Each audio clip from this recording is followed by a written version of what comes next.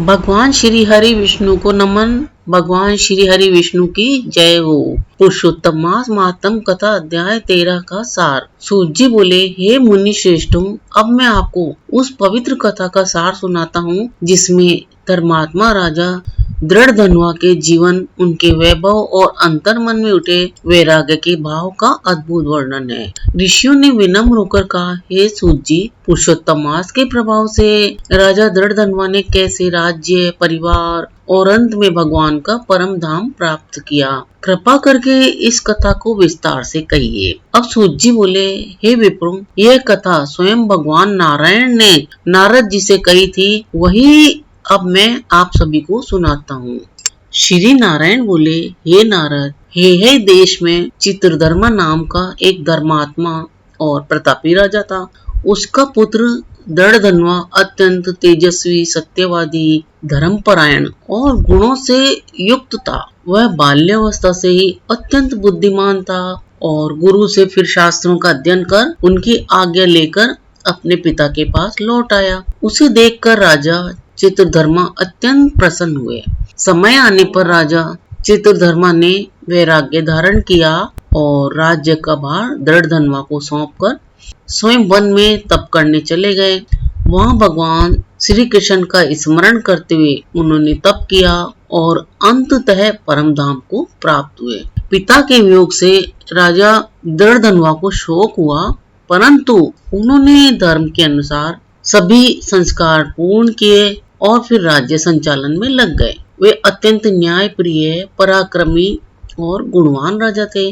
उनकी पत्नी गुण सुंदरी, अत्यंत रूपवती और प्रतिव्रता थी, जिनसे उन्हें 4 वीर पुत्र और 1 कन्या प्राप्त हुई।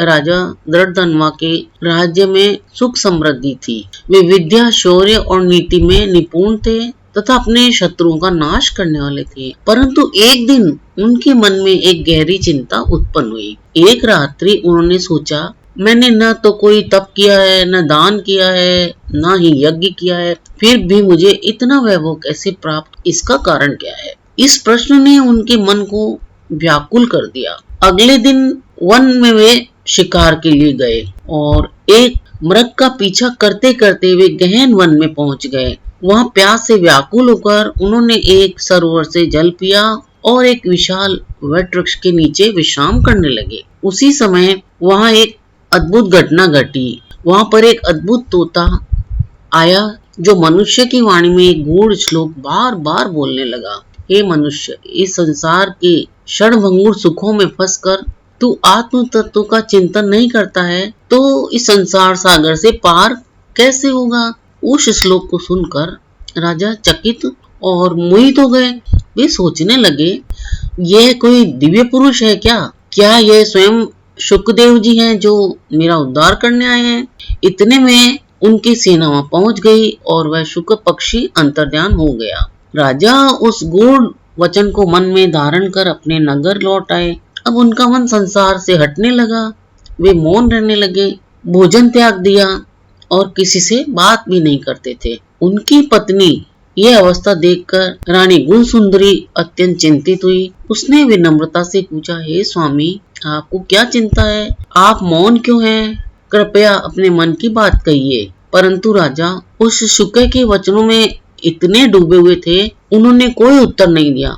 रानी भी उनके दुख का कारण न जान सकी और अत्यंत व्याकुल रहने लगी। इस प्रकार राजा दृढ़धनुआ गहन चिंतन और वैराग्य में डूबे रहे और उनके जीवन में अब एक नया मोड़ आने वाला था। तो यह था पुरुषोत्तम मास महात्म कथा अध्याय 13 का कथा सार। अब जो आगामी वीडियो होगा वो होगा पुरुषोत्तम मास महात्म कथा अध्याय 14 का कथा सार। तो आप उसे भी अवश्य देखें और इसका पुण्य लाभ लें। श्री भगवान हरि विष्णु की जय हो।